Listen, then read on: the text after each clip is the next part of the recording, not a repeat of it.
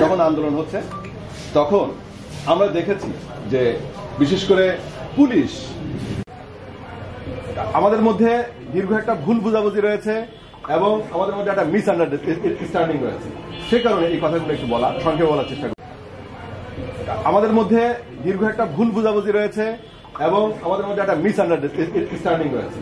সে কারণে এই কথাগুলো একটু সংক্ষেপে বলার চেষ্টা করি। আমরা যারা গণমাধ্যম কর্মীরা কোন ধরনের বিপদে ছিলাম এবং কোন পরিস্থিতিতে আমরা সে সময় আমরা যারা গণমাধ্যম কর্মীরা কোন ধরনের বিপদে ছিলাম এবং কোন পরিস্থিতিতে আমরা সে সময় প্রিয় বন্ধুগণ, আপনারা সাংবাদিক হিসাবে জাতীয় জীবনের এমন একটি গুরুত্বপূর্ণ অধ্যায়ের ভূমিকা পালন করে থাকেন।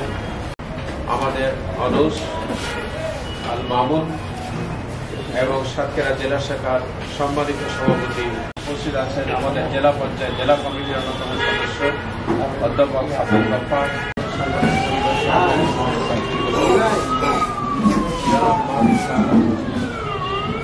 মহানগরীর সম্মানিত সভাপতি আমাদের ভাই আজিজুর রহমান, যারা শেখ নুরুল হুদা।